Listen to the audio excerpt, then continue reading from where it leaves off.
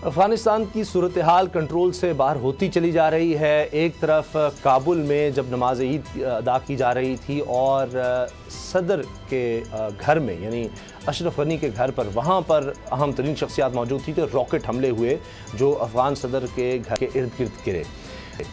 इतनी सूरत हाल ख़तरनाक है क्योंकि ये कोई छोटी बात नहीं, क्योंकि सबसे ज़्यादा महफूज इलाका काबुल समझा जाता है और वहाँ पर पूरी तरह से हुकूमत का कंट्रोल अब भी है। और वो कह रहे हैं कि जी हुकूमत कह रही है कि हमने नया प्लान तैयार कर लिया है।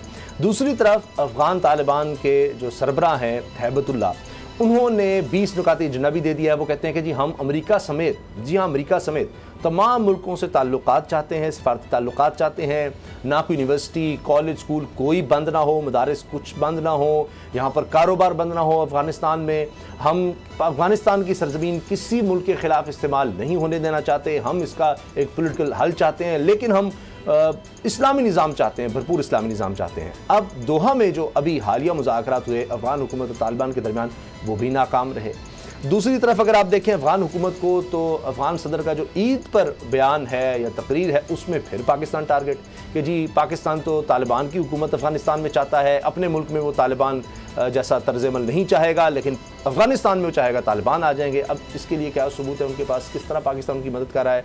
क्या कोई है? दुनिया ने देखा कि जी भारत जिस तरह असलहा दे रहा है और वहाँ पहुँचा रहा है और अल्टीमेटली पता है लोगों को वो असलहा फिर तालिबान के हाथ में लग जाएगा, तो उसके बावजूद पाकिस्तान पर इल्ज़ामात क्या चाहते हैं पाकिस्तान से? जबकि मसला ये है कि ख़ुद आप देखिए कि तालिबान ने कार्रवाई की और अफ़गान कर्नल अयूब काकी के घर से पाकिस्तान का शनाख्ती कार्ड मिल जाता है। अब पता नहीं बाबर डोगर साहब ये किस किस के पास ये पाकिस्तान के शनाख्ती कार्ड अफ़गानिस्तान में मौजूद हैं।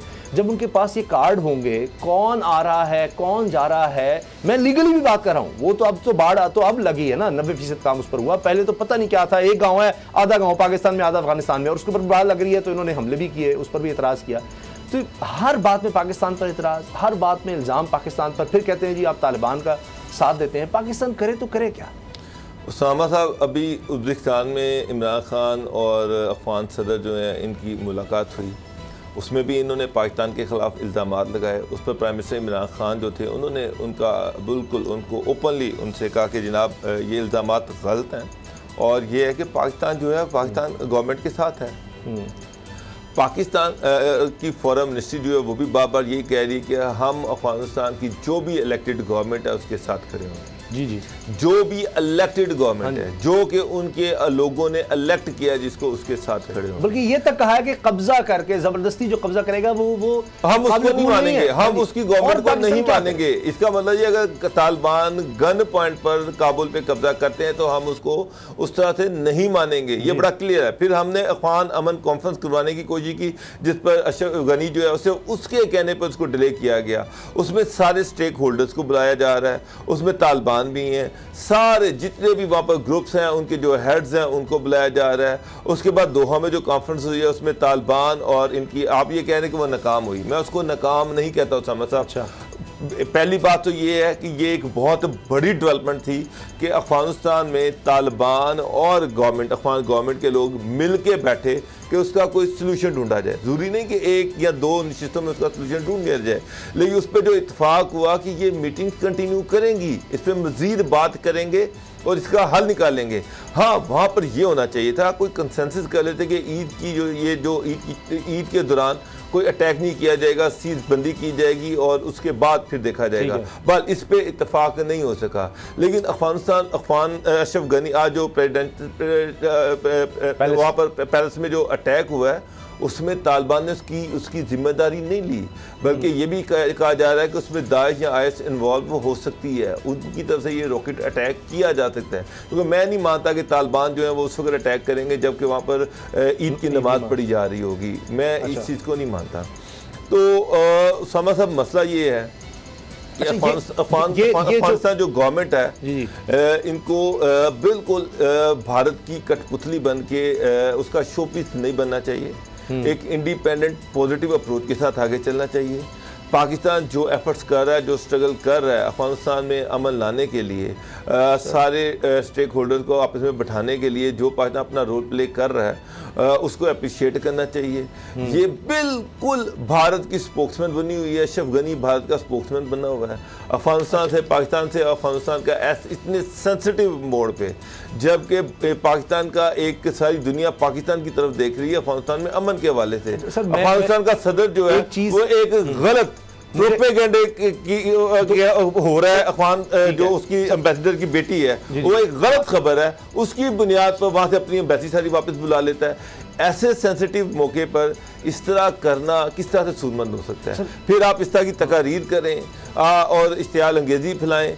तो मुझे एक बात मुझे तो ये लग रहा है, क्योंकि हमें जिम्मेदारी से बात करनी है, पूरी दुनिया में बोल न्यूज़ देखा जा रहा होता है, तो इसलिए जो स्टेटमेंट्स आई हैं उसी को लेकर हम तजिया कर सकते हैं। मुझे लग रहा है कि बहुत सी चीज़ें पाकिस्तान छुपा रहा है, इज़्ज़त का, एहतराम का ख्याल करते हुए कि मुसलसल वो लड़की इंटरनेट पर मौजूद है, वो राब्ते कर रही है, इधर से उधर जा रही है। फिर ख़ुद वज़ीर दाखिला शेख रशीद कह रहे हैं कि जी हमने तो FIR इसलिए जो उन्होंने कहा हमने लिख दिया कि हम दुनिया को दिखाने के लिए कि भाई हम इसमें कोई बीच में नहीं आ रहे, वरना जो वो बता रही थी वो कोई बात समझ नहीं आती। और उसके बाद वही हुआ सर, पूरी रियासत इस पे लग गई। मेरा ख्याल है कोई पता नहीं 300 कैमरे, 250 लोग, पूरी सिक्योरिटी इस्लामाबाद की, पूरे पाकिस्तान की, वो इसी काम पर लग गई कि असल में हुआ क्या। और जब पता चला है तो वो बिल्कुल ही कहानी और है। और उसको पाकिस्तान अभी तक, मुझे ये लगता है कि काफ़ी चीज़ें पाकिस्तान इज्जत और एहतराम पाकिस्तान जो है वो किसी ऐसा की इशू में नहीं जाना चाहता जिससे कोई किसी की इज्जत पे कोई हर्फ आए। कोई ऐसी बात नहीं करना चाहता जिससे पाकिस्तान और अफगानिस्तान के ताल्लुकात मजीद ख़राब हो। वो क्या कर रहे हैं? हम चीज़ों को ढांप रहे हैं। हम ये चाह रहे हैं कि अफगानिस्तान गवर्नमेंट के साथ बेहतर तरीके से हम चलें। ये तो सर साबित हो गया कि अगवा वाला कोई चक्कर नहीं था, क्योंकि शेख रशीद साहब भी ये बात कह रहे हैं।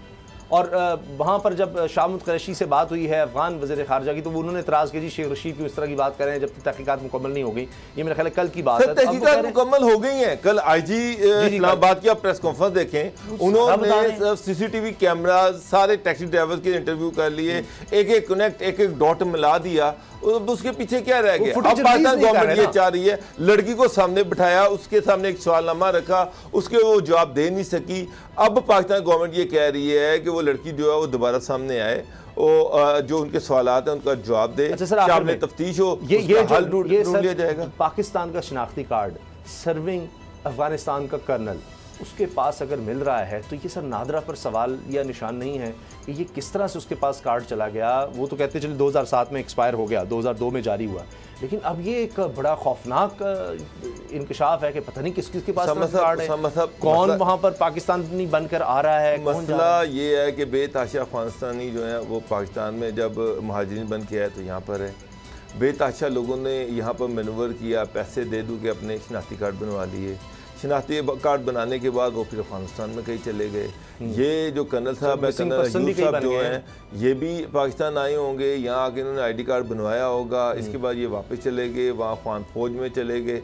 तो ये तो अब इतना महाजरीन यहाँ पे आए हैं, जहाँ पे जो सिस्टम था आपको वो भी पता है कि यहाँ पे पैसे दे के सब कुछ हो सकता है। बेतहाशा अफगानी ऐसे हैं जिन्होंने with the passage of time कुछ पॉलिटिकल सपोर्ट के साथ कुछ पैसे दे के अपने ID कार्ड बनवा लिए कि अगर वहाँ पर हालात मज़ीद ख़राब हुए तो वो फिर पाकिस्तान में आ जाएंगे। और बेतहाशा ऐसे हैं जो NDS और NDS के पे रोल पे भी हैं और उन्होंने भी डुअल नेशनलिटीज़ मैनेज की हुई हैं कि अफगानिस्तान और पाकिस्तान में वो मूव करते रहते हैं ताकि पाकिस्तान में दहशतगर्दी करवा सकें। तो ये तो अब पाकिस्तान की गवर्नमेंट को देखना चाहिए, शेख रशीद को देखना चाहिए, पाकिस्तान की फॉरेन मिनिस्ट्री को देखना चाहिए, इमरान खान साहब को देखना चाहिए कि वो इनको आइडेंटिफाई करना चाहिए, स्क्रूटनी वो कौन कौन से ऐसे लोग हैं जिनके पास पाकिस्तानी शनाख्ती कार्ड है या पाकिस्तान के पासपोर्ट है जो नेशनल है। कि पाकिस्तान यमन की जंग में नहीं गया, कितना दबाव था आपको पता है, सारी दुनिया को पता है कि क्या क्या नहीं उस वक्त सऊदी अरब ने कहा, UAE नाराज़ हो गया।